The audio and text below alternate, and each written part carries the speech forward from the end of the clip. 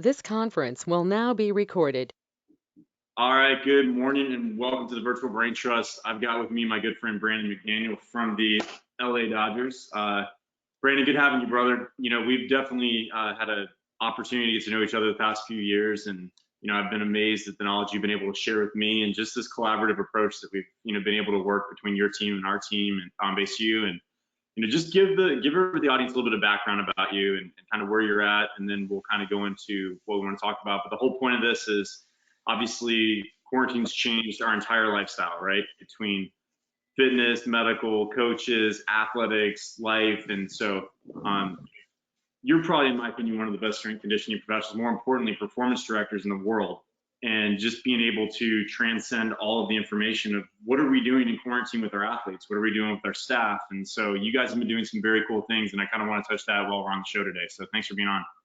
Sure, Sean. Thanks for having me, and appreciate the kind words. I definitely would agree. Like, the friendship and the collaboration over the last few years has been nothing short of amazing, and has helped us tremendously, and has helped our players and helped our staffs in ways that they'll never even understand. And so, never thought that we would have to sit down and talk about what we do during a national emergency or a pandemic. And as everybody says, and somebody texted me last night and said, there's no textbook on this. And I was like, yeah, we're going to write one though. That's for sure. Everybody's going to have a book that comes out about what I did during the pandemic. But I really look at it as an opportunity. It's an opportunity to look at, like, how much of the stuff in our programs is fluff, how much of it is in there to just kind of kill time, and how much of it is in there to get us ready for tissue resiliency, tissue tolerance, and also then performance enhancement. And so, like, first and foremost, we're trying to find a way to keep all of our guys healthy if and when we get to come back, which is hopefully sooner than later. So how can we keep an internal and external rotation of the shoulder, of the hips, thoracic rotation back at the levels that we had in spring training? And then ultimately, like, how do we keep leg strength? Because I think that's extremely important, with probably a lack of facilities and a lack of equipment right now to use. Like, how can we get creative with body weight exercises, time under tension, frequency, and volume, and all the current, like, workload things that are important. No, I think that's a really good point. And one thing that I've really think's amazing about your organization is you guys have gone down that data route, right? And with technology and systems and programming and this team approach. And so how are you guys at the Dodgers and your team, what are you using to communicate with the athletes right now? Obviously things are proprietary, you don't have to talk about it, but what are things you're doing as a strength coach, as a performance director, to communicate with the athletes and people at home that are maybe coaches that are listening right now, that they could take some advice from you on how to communicate with their athletes right now? Yeah, and I think it comes down to individual preference and comfort. Like, we don't try to limit ourselves to one option. Like, we use Conduct as our AMS. We've loved what they've been able to do for us the past 5 years. It's really come in handy in the off seasons, but even more importantly, it's come in handy now. We've taken the time, even within internally, to, like, revisit some of the stuff in our platform, and taking the time to take new videos and update it when kind of the speed of life was going so fast that we never had a chance to get it back to where we needed to be. But I tell you what, I write programs through text message. I write programs through Excel. I do programming over FaceTime. We've done Zoom. We've done GoToMeetings, like a little bit of everything. We have a group me chat going with our guys. So it really, I think sometimes we try to fit the mold into a system, and really all these systems and all these technologies that are out there, I want them to fit into what's easiest for our guys. Yeah.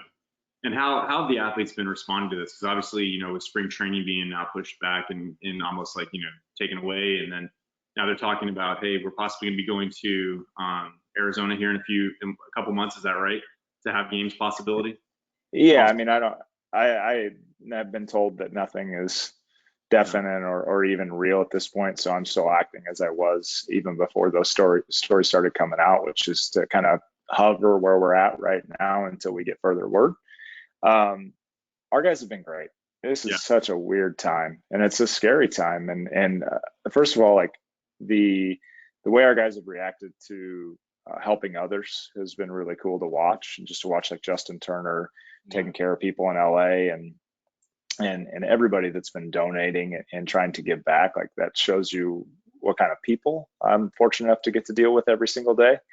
And then they got as many questions and are as curious as the fans are right now about when we're coming back and what we're going to do. So we've just had some really good conversations about staying sharp and staying fit and not worrying about being sports specialists right now. Like, this is a time to be a general prep and a generalist when it comes to your fitness, because we know that will raise our floor and get us closer to our ceiling when it is time to get going. No, I think that's really cool, because this is the conversation I've had with some other people from the coaching realm, is, this is a time that a lot of athletes have never had to heal and, be able to rest and actually get programming done. That whether it's mobility or, like you said, how do you use your small space in quarantine to stay fit? I know you guys you're launching your workouts, which I want to get into that really quick. Your workout today with the Bulldog and everything. Tell us a little bit about that and what you guys are doing for everyone, so they can follow and they can kind of get on, the ability to work out with you in the mornings. Yeah, so Monday and Friday, 8 a.m. Pacific time, we're hosting Instagram Live, Facebook Live, YouTube. You can go back and stream it on YouTube later on. It's on Twitter as well. It's just a 30-minute workout, very similar routines that we're giving our guys that don't have equipment at home to follow along with. The first two workouts were pretty standard, just kind of like your, water jug, soup can type workouts. The one that we did today on Friday was kind of inspired by Oral Hershiser, the Bulldog workout. It had some 1988 themes to it. We used a book bag. And so I had like a Dodger book bag that I filled up with weights and did a bunch of, regular exercises with it on, push-ups with my backpack on, step-ups with my backpack on, squat to a bicep curl, like a front squat to bicep curl with the backpack, and just 30 minutes of sweat. And so very seriously, like things that same moves we would give our players. Obviously they're loading them different and have different like volume and intensity to it. But it gives our fans an opportunity to still connect with something that the Dodgers are doing, and it's a free workout, which, I don't know if me doing Instagram Live is my calling in life. I'm okay admitting that, but it has been a lot of fun putting them together. Well, that's awesome. And one of the things that you and I always talk about is common language, and I think that's one thing you really helped us develop. Obviously, being on the advisory board over the last few years. But how much better is it right now having a common language through your team approach with your medical fitness and coaching staff and front office right now as an organization versus some teams or some coaches who it's one person says one thing, another person says another thing. How do you think that's helping in this quarantine time?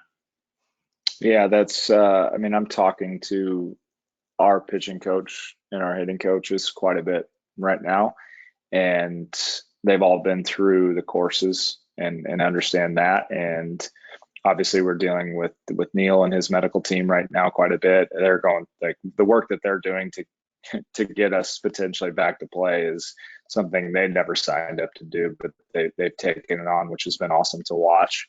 And then obviously our front office is checking in and seeing where our guys are at and what we can continue to do.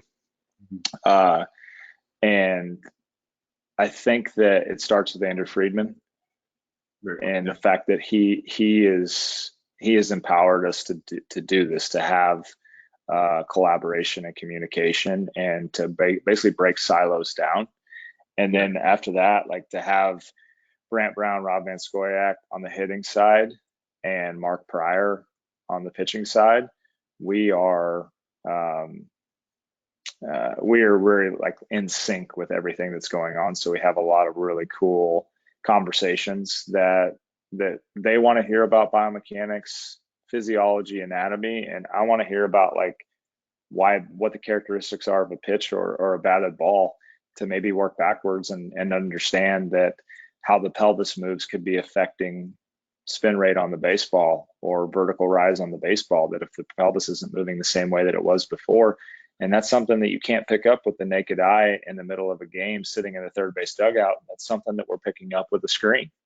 And when we start to see it in multiple places, when you see it in the training room, when you see it in the weight room, when you see it in catch play, you see it in bullpens, and you see it during the game, like, holy cow, then the common language, it takes on a life of its own, and that's the cool part.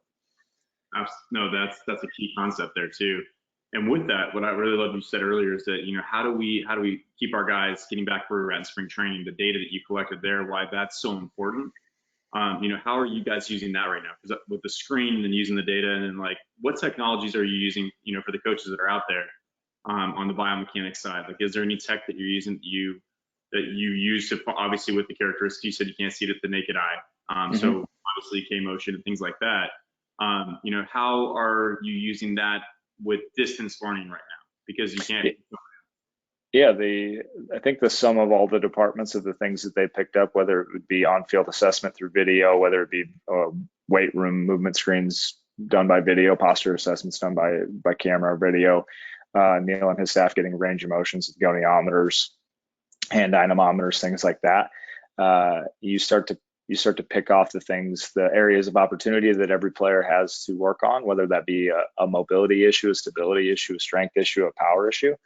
And really, like, those were the things that we were working towards in spring training, of building up and getting them to a place that they would be sufficient to get us through the season. So that in some ways, for the guys that maybe had a chance to get built up in those arenas or those disciplines, have an extra amount of time right now to really go home and focus on, internal rotation stretches of their hip or external rotation stretches of their shoulder, or whatever it might be.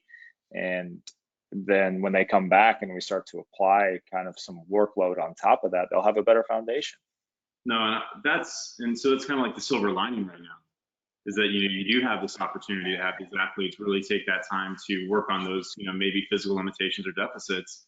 And now you have that new range of motion, that new body, that new opportunity. And it's like, as a strength coach and as a performance director, I would be like, wow, this is awesome, because now you do have that ability to say, okay, cool, you've done what we actually worked the system. We have a little bit of extra time, and now we can get the maximum, the better result. Yeah, I got to the point already during this time that I'm only going to look at the potential opportunities that have come out of this, because this is, if you think about all the tragedy that's taken place, if you think about all the issues with, our economy right now, and just everything that's going on is so negative. Yeah. And so trying to bring the world back to health and fitness has been kind of my mission, but also with our players, just focusing on like, hey, like, I know this is awful right now. Everybody wants to be playing. I want to be watching you play right now, but we can't. So what can we get better at? And so that is the silver lining, but I know it's a very small sliver to everything else that's taking place in the world right now. But that's the whole point of these conversations, why I'm so grateful to get time with you right now. It's just, how do we stay happy and healthy in quarantine? Like, how do we grow during this time versus, going inside and kind of shutting down? So I like to hear you say that, number one. One thing that I've been, interested, obviously, you and I are constantly on the phone together, talking different things, whether it's, hey, how do we make this better? Or, hey, I saw this, so let's change this. And the thing is, like, I love how Dr. Rose always says, if you live in a bubble, you die in a bubble. And, for you guys, you're always trying to push the limits and saying, okay, this is what I see, or this is what we're, is better. For the coaches and players out there, because right now, a lot of, young kids have lost their season, and, a lot of people look up to you, and they've lost their senior season, or they're losing their college season. What kind of advice would you give them from your perspective as a performance director, moving forward, or even in this time? Yeah, I mean, it's let me think. Let me break this down in a couple different scenarios. Like, I'm trying to think if I would have lost my last year playing college baseball, and how awful I would have felt for all the work that I put in. And that's all I ever wanted to be when I grew up, was to be a college baseball player. And so I can't imagine what anybody's feeling right now. And my first thing is, like, we're going to get on the other side of this, and to have some hope with that, and understand that, like, there's good that's going to come out of the time that you spent doing this, and that it's only going to prepare you for the rest of your life. And I promise you, the next pandemic that we hopefully don't have to go through, you'll be prepared for that as well. But if you love the game, if you love the sport, then there are a lot of opportunities out there to stay in it, that even though you can't play, that you can carry on. if you don't and you were done at the end of that, the life lessons that you have learned through this time will, I promise you, I'm 36 years old. It's been 15 years since I played college baseball. Like, my college baseball coach is still breathing down my neck, and kind of proverbially, like he's right there, because of the things that he taught me about the rest of my life. And for anybody else that has the opportunity to play again, and I've been watching a lot of Josh Heenan, and the things that he's posting, like, this is a great opportunity.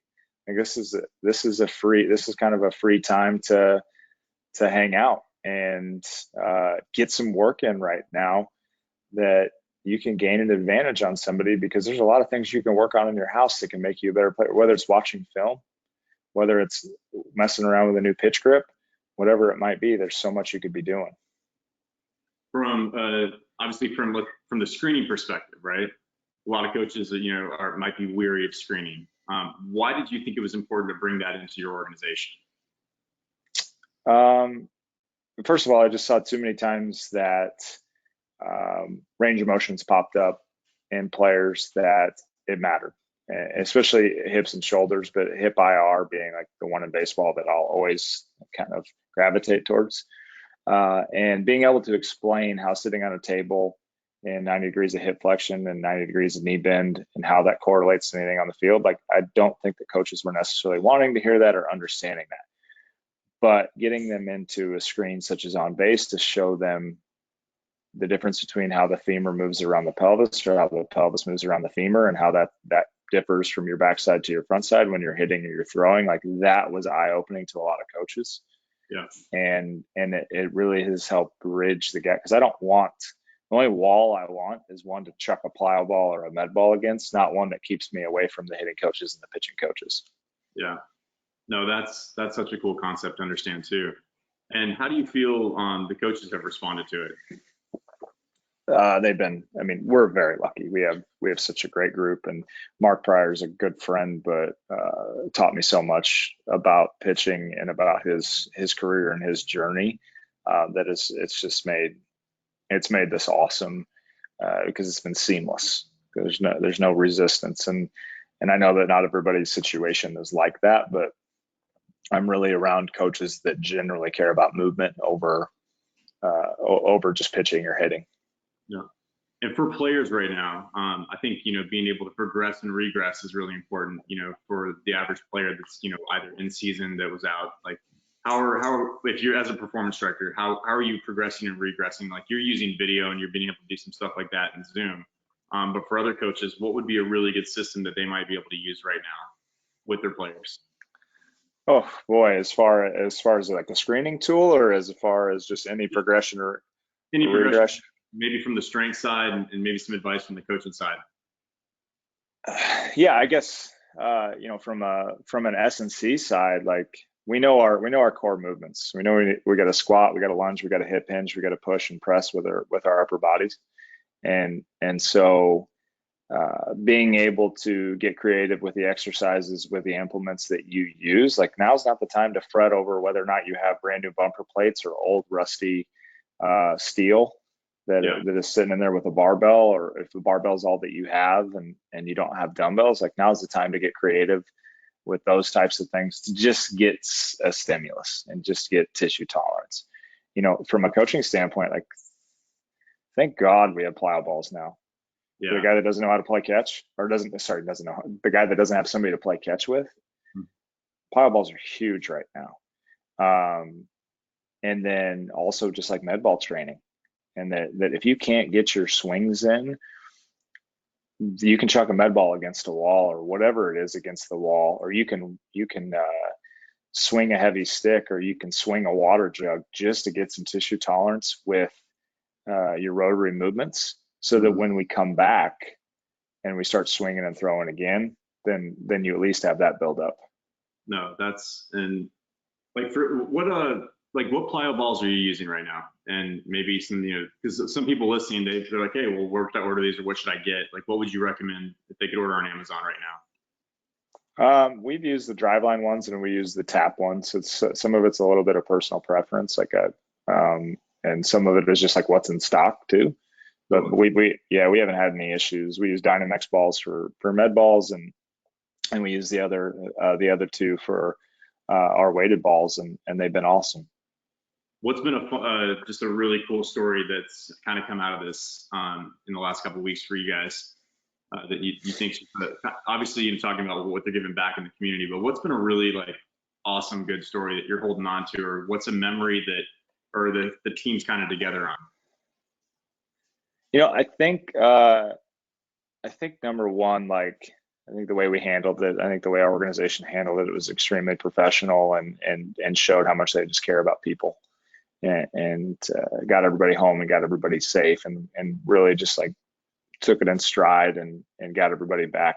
I kind of mentioned earlier, we just like to watch Justin Turner and what every time I get on Instagram, like he's doing something really cool for people out there in the LA community with the Dream Center, and that part's been awesome. I think we can all agree though that I have 3 kids. I have a 6-year-old, a 4-year-old, and a 4-month-old. Like, I haven't been home this month. I haven't been home for 4 weeks straight in my life. Yeah. And so like, and I have a 4-month-old that barely knows me, like, to get to spend this time with him and to spend as much time with my older kids as I have, like, it's been a blessing. And so I think everybody can agree that the time at home, although we all, we're all not built up to that. We don't have a progression or regression system for going from not spending 10 hours a day with your kids to spending 10 hours a day with your kids. Like, at the end of the day, I'll take it, even though I'm not a great teacher. I can teach PE. That's about it. Oh, I guess you're doing the McDaniel, the workout, the family workouts. 9:30 every day. I love it. How do you see, baseball evolving through all this? Like, what do you see happening from your perspective right now? Yeah, I mean, as far as getting back on the field and things like that, I really don't know. There's people that are really good at figuring that stuff out. I think we have to get our country safe first before we start worrying about anything along those lines. And I alluded to it earlier, like, I think we're going to find out what really matters and what doesn't matter when it comes to training baseball players. When you kind of peel back all these layers and you don't have all these tools and things like that, like, I think we're going to find out that our bodies are capable of doing much more than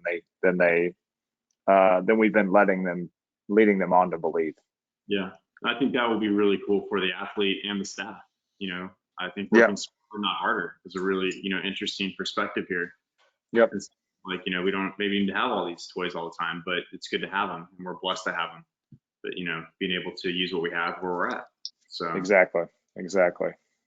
Well, brother, I appreciate you. I definitely am a huge fan and grateful to have your time today. Number one. Number two, just looking forward to a lot of things that, we're going to be doing together, just from the strength conditioning side all the way to the performance side. It's an honor to have you on today, and just being able to, like, give people some hope, you know what I mean? And just show them that, hey, you're not stopping. The Dodgers aren't stopping. Like, the world's not stopping. Like, we're definitely going to continue going, and we're going to grow from this, and we're going to be able to come out. We're going to be back on the field, and we're going to have, like, the family environment again. So, I appreciate it, and look forward to getting on the other side of this and moving on with some of the things we were talking about. Well, any last words that you want to give advice to with athletes and coaches? No, I think again, it's just understand that the time that we're in is unprecedented, and now's not a time to allow anxiety to be in control. Mm-hmm. And for us programmers out there, for us coaches out there that want to kind of control everything, like, we have to let go. And once we let go, it's a lot easier for us to start being comfortable with this and figuring out what we're going to do when it's time to come back. No, that's the key, letting go. So appreciate you, brother, and definitely looking forward to seeing you here soon when we get out of quarantine, and keep it up. Proud of you. All right, man, I appreciate it. Thank you very much. We'll talk to you soon.